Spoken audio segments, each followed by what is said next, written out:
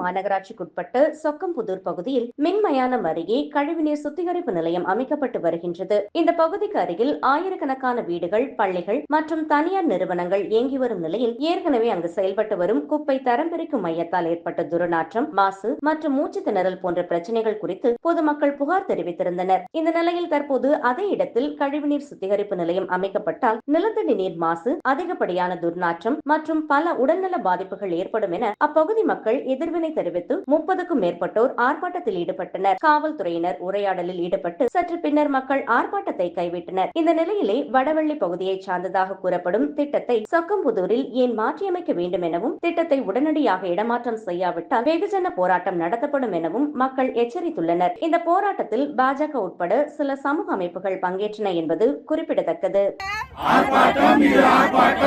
நமது பகுதியில் கழிவுநீர் திட்டத்தை உடனடியாக நிறுத்த கோரி மக்களாகிய நாங்கள் அனைவரும் சேர்ந்து ஆர்ப்பாட்டம் உடனடியாக நிறுத்த வேண்டும்.